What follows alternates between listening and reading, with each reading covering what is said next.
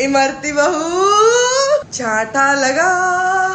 अमेठी की जनता ने क्या चमाट मारा है मेरे अहंकार को, मेरी अयोग्यता को और मेरी चुप्पी को। हाथरस में बलात्कार पीड़िता की लाश को कानून द्वारा आधी रात को जला देने पे चुप रहने का नतीजा है ये। मणिपुर की बेटियों के लिए आवाज ना उठाने का नतीजा है ये। हमारे देश की महिला पहलवान जब मेरे घर से 200 मीटर दूर अपनी इज्जत के लिए लड़ रही थी सड़कों पे, उनके लिए आवाज ना उठाने का नतीजा है ये। प्रज्वल रवन्ना की 4000 पीड़िताओं की हाय लगी है तुझे। किसान आंदोलन के 700 शहीदों की घर की विधवाओं की हाय लगी है तुझे। 86 औरतों की हाय लगी है तुझे जिनका हर रोज देश में बलात्कार होता है। अंजना की हाय लगी है तुझे जिसके भाई और चाचा की हत्या कर उसकी मां को निवस्त्र चौराहे पे खड़ा किया था। हर उस लड़की, हर उस बेटी की हाय लगी है तुझे जिन्हें पता है कि तुमसे बेटी तो नहीं बच पा रही है। तुमको तुम्हारी औकात दिखाई है जनता ने कि तुम देश का नेतृत्व करने के लायक नहीं हो।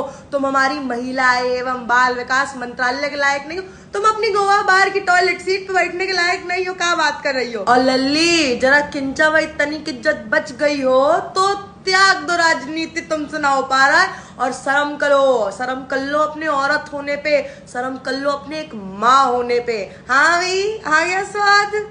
चुनाव के समय प्रधानमंत्री ने देश को कहा, जिस दिन चुनाव का नतीजा आएगा आप उस हफ्ते भर में देखना कि भारत का स्टॉक मार्केट के लिए उसके सारे जो उनके प्रोग्रामिंग के जो प्रोग्रामिंग वाले सारे उनके थक जाएंगे।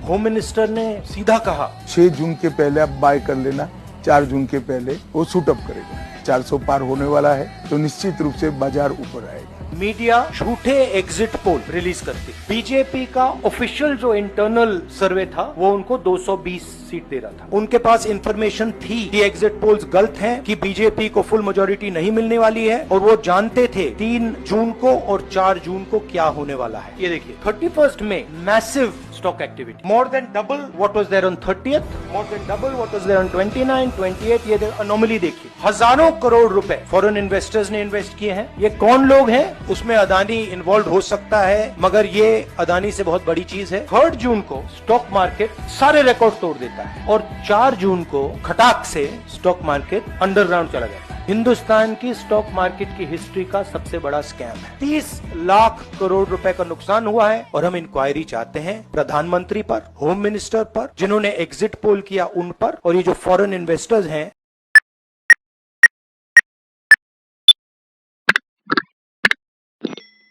हेलो एवरीवन, आई होप कि आप सब लोग अच्छे नहीं भी होंगे, अच्छा प्रिटेंड तो कहीं होंगे। और अभी हम लोग देखने वाले हैं गोदी मीडिया के एक्सपोज वीडियोस, और हर वीडियो का देने वाला हूं मैं अपना ओपिनियन कि मैं इस टॉपिक पे क्या सोचता हूं। तो आप लोगों से रिक्वेस्ट है, चैनल के साथ जुड़ जाए, सब्सक्राइब कर ले, फ्री ऑफ कॉस्ट है, फ्री ऑफ कॉस्ट सब्सक्राइब कर ले। स्टार्ट करते हैं पहली वीडियो के साथ। चलिए पहली वीडियो देखते हैं।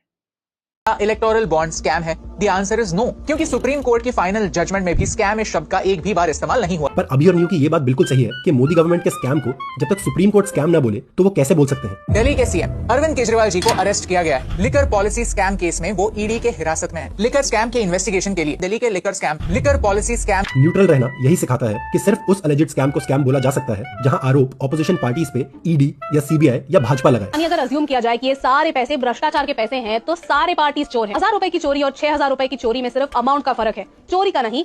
बिल्कुल सही। तो ऑडियंस, आपके लिए भी ये सीखना बहुत जरूरी है कि कल को कोई आपसे पूछे कि एक लोकल ट्रेन के जेब कतरे में और विजय माल्या, नीरव मोदी और ललित मोदी जैसे स्कैमस्टर्स में क्या फर्क है, दोनों टाइप के चोरों की चोरी में सिर्फ अमाउंट का फर्क है, चोरी का नहीं। इलेक्टोरल बॉन्ड्स अच्छे इंटेंशन से सामने लाए गए थे। The answer is also yes. अगर इलेक्टोरल बॉन्ड्स अच्छे इंटेंशन से बनाए गए थे तो एग्जैक्टली प्रॉब्लम क्या है? अब देखिए, प्रॉब्लम ढूंढने वाले तो प्रॉब्लम ढूंढ ही लेंगे। कोई कह देगा कि मोदी गवर्नमेंट के इंटेंशन इतने ही अच्छे थे तो आरबीआई और इलेक्शन कमीशन तक ने पहले मोदी गवर्नमेंट को ये स्कीम लाने के लिए मना किया और फिर बाद में सुप्रीम कोर्ट में भी इसके खिलाफ गवाही दी और कहा कि एक डेंजरस और प्रो करप्शन स्कीम थी। तो मेरे प्यारे मित्रों, आई होप आप सब रैशनल, लॉजिकल, कॉमन सेंस के टुवर्ड्स बायस्ड लोगों को ये समझ आ गया होगा कि मोदी के न्यू इंडिया में न्यूट्रल कैसे रहा जाता है और नेशनल अवार्ड्स कैसे जीते जाते हैं। यानी देश का नुकसान करो और खुद का और नेता का फायदा। कांग्रेचुलेशन।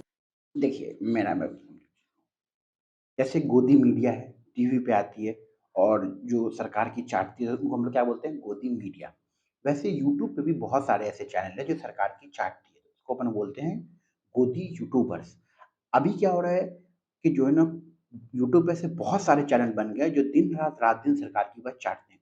हर मुद्दे पे सरकार की तारीफ करना, हर मुद्दे पे सरकार को बढ़ा चढ़ा के दिखाना, हर मुद्दे पे सरकार अगर कुछ स्कैम कर रही है तो उसको स्कैम का नाम ना देना, उसको मतलब इस तरीके से जस्टिफाई करना है, इस तरीके से दिखाना कि भाई ये स्कैम नहीं, इतना बड़ा भी स्कैम नहीं। लेकिन जब विपक्ष का कुछ नाम आए या विपक्ष का किसी चीज़ में नाम आए, तो उसको सीधा स्कैम घोषित कर देना या फिर उसको और जितना ज़्यादा हो सके बढ़ा-चढ़ा के दिखाना, ये काम करते हैं गोदी यूट्यूबर्स। और गोदी यूट्यूबर के साथ व्यूअरशिप अच्छी है, यूथ लोग जुड़े हुए हैं, तो जितना ज़्यादा हो सकता है उतना ज़्यादा ये लोग प्रोपेगेंडा, फेक न्यूज़ फैलाने की कोशिश करते हैं। और इन लोगों पे कोई एक्शन भी नहीं होता क्योंकि भैया अवार्ड मिलते हैं बीजेपी की तरफ से, सम्मान किया जाता है बीजेपी की तरफ से, समझ रहे हो ना? तो दोगलापन तो ये लोग करेंगे ही करेंगे। बाकी ऐसे गोदी यूट्यूबर से भी दूर रहें। चलिए अगला देखते हैं।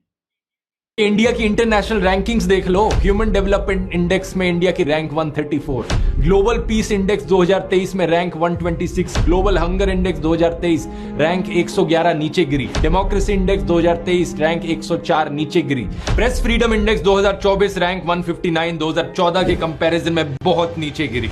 लेकिन मोदी के समर्थक इन सब बातों को नहीं मानेंगे। उनके हिसाब से सारी रिपोर्टें झूठी हैं, ये सारे अखबार झूठे हैं, सबका कोई ना कोई एजेंडा है। केवल व्हाट्सएप पर जो दिखाया जाता है और गोदी मीडिया जो दिखाता है बस वही सच्चा है। मेरा इतना ही कहना है कि आपको ही पता है और हमको ही पता है कि इस देश को हर साल कितने ज्यादा लोग छोड़ के जा रहे हैं। ठीक है, चलो आप बोलोगे वो तो एक अलग मुद्दा है, लेकिन मेरा सिंपल सा कहना है कि आप मतलब बहुत सारे यूट्यूब चैनल खोल लो, बहुत सारे टीवी चैनल्स खोल लो, जहाँ पे गोदी मीडिया, दलाल मीडिया वो दिन रात ये दिखाती है कि पूरी दुनिया में मोदी का डंका बज रहा है, पूरी दुनिया में हम नंबर 1 है, हर तरीके से हम नंबर 1 है, पूरी दुनिया हमारे सामने झुक रही है, पूरी दुनिया हमारा सम्मान कर रही है, बिल्कुल कहीं न कहीं कर रही है। लेकिन सवाल ये है कि इतने भी अच्छे हालात नहीं है, हर तरीके से कहते हैं ना, हर चीज़ में हम लोग हर कई सारी ऐसी चीज़ें जिसमें पाकिस्तान और बांग्लादेश से पीछे हैं यार, बांग्लादेश और पाकिस्तान जिसको हम लोग कुछ नहीं समझते हैं, वो भी हमसे कई सारी चीज़ों में बहुत आगे है और फिर भी हम लोग बोलते हैं हमारा डंका पूरी दुनिया में बज रहा है। जब कोई रिपोर्ट देखता होगा और देखता होगा कि भारत का रैंक है 150, पाकिस्तान का है 144, तो बेसिक समझ में आता है ना, चलो ठीक है, पाकिस्तान 6 रैंक कम से कम ऊपर तो है, बांग्लादेश कम से कम 5 रैंक ऊपर, तो उसको तो यही समझ में आता होगा ना, बेसिक लॉजिक। और ये लोग दिखाते हैं दिन रात, रात दिन टीवी पे कि भैया मोदी का डंका बज रहा है, पूरी दुनिया के अंदर मोदी, मोदी, मोदी, पूरी दुनिया के अंदर कहीं भी चले जाओ सिर्फ और सिर्फ आपको मोदी का डंका मिलेगा। तो ये दिखाते हैं, जबकि सच्चाई कुछ और है। चलिए अगला देखते हैं।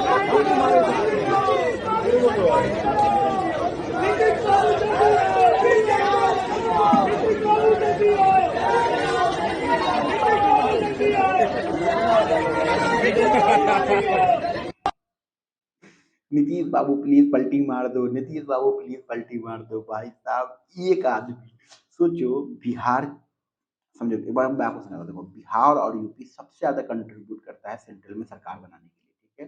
लेकिन अफसोस की बात क्या है कि सबसे पिछड़ा स्टेट यूपी बिहार, सबसे ज्यादा गरीबी यूपी बिहार में, सबसे ज्यादा भुखमरी यूपी बिहार में, सबसे खराब रोजगार व्यवस्था यूपी बिहार में, सबसे खराब रोड यूपी बिहार में, सबसे बुरे हालात जो है बेरोजगारी के दर के वो है यूपी बिहार में। मतलब सब कुछ सबसे बुरा यूपी बिहार में और सबसे ज्यादा सीट्स किसके पास, यूपी बिहार वालों के पास। तो आप खुद सोचो कि मतलब नेता लोग कितना ज़्यादा बिहार का सिर्फ़ और सिर्फ़ as a vote, as a क्या है ना कि मतलब सिर्फ़ पॉलिटिक्स खेलते हैं यहाँ पे और कुछ नहीं करते हैं। उसमें एक नीतीश बाबू हैं, अभी मतलब बीजेपी, कांग्रेस यानी इंडिया अलायंस और एनडीए दोनों में लड़ाई चल रही है। अब आप सबको पता है एनडीए जीत चुका है। अब कुछ सीटें अगर इंडिया अलायंस के पास है तो हो सकता है इंडिया अलायंस अपनी सरकार बना ले और राहुल गांधी प्रधानमंत्री बन जाए। उसके लिए ज़रूरी है चचा नीतीश का आना। चचा नीतीश पलटू राम के नाम से फ़ेमस है और अभी कुछ दिन पहले वो कांग्रेस के अंदर थे।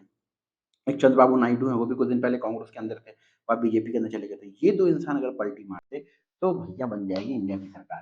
बाकी आप क्या चाहते हो कि इंडिया अलायंस की सरकार बने या ना बने, कमेंट में बताना। चलो वो इंटरव्यू रिविजिट कर रहा है, आपके पास हुआ है इस बात। एक मैं ऐसे ही सोच रहा था और आप लोग अपने विचार दीजिएगा, क्योंकि देखिए राजनीतिक रूप से कम मैं तो अपने आप को किशोरावस्था में पाता हूँ और प्रशांत महासागर से भी ज्यादा विशाल ज्ञान रखने वाले, लेकिन मैं तो अपनी किशोरावस्था में हूं और प्रशांत महासागर जैसे ज्ञानी राजनीतिक मामलों के वो कहाँ होंगे यार। रणछोड़दार छाछड़ की तरह बादल आवारा हो गए हैं आज, कहाँ होंगे। मैं देखिए एक चीज है, मैं कभी पी के बात नहीं करता। मेरा एक ही चीज है।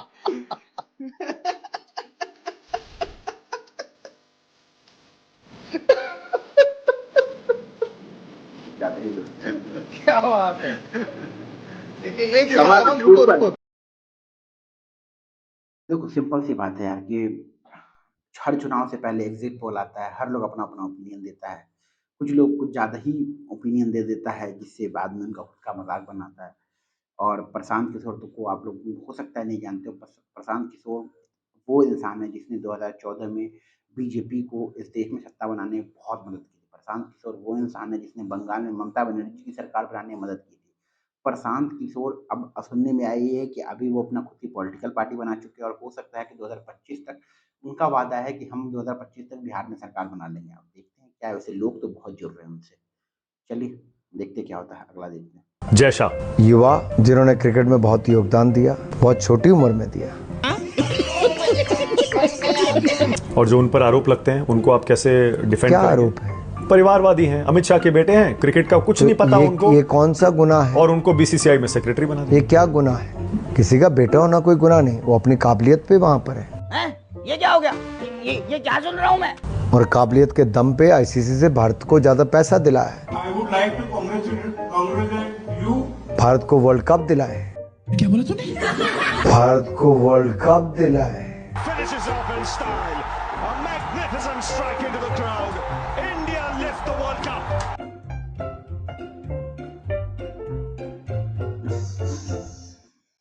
सच्चाई तो यही है भाई साहब, जिसने आज तक बल्ला नहीं पकड़ा सही से, ना अंडर 14 खेला, ना अंडर 19 खेला, ना कुछ भी, मतलब ना आईपीएल खेला, वो हमारे बीसीसीआई बोर्ड का अध्यक्ष बना। चलो ठीक है, तुम्हारा बाप उस पोजीशन पे तुम बन गए, ठीक है, लेकिन फिर भी उस चीज़ को भी कई सारे लोग बहुत जस्टिफाई करते हैं, भाई बहुत डिजर्विंग बंदा है, बहुत अच्छा बंदा है ये। 100 बात के भाई नेपोटिज्म का प्रोडक्ट है। जिस चीज़ के परिवारवाद के खिलाफ बीजेपी नारे लगाती है, परिवारवाद सबसे ज़्यादा बीजेपी के अंदर, ये खुद परिवारवाद का हिस्सा ही है। जो दिख रहा है ना आपको स्क्रीन पे, ये खुद परिवारवाद के हैं, ठीक है। तो मुद्दा सिंपल सा है कि भैया मैं करूँ तो साला कैरेक्टर ढीला है। अगर बीजेपी वो काम करे तो सब चंगा है, अगर कोई और करे तो वो दंगा है। बाकी अब आपका क्या ओपिनियन इस चीज़ को लेके कमेंट में बताएं। मिलते हैं वीडियो में, अपना ख्याल रखिए, सब्सक्राइब कर लें, बाय बाय।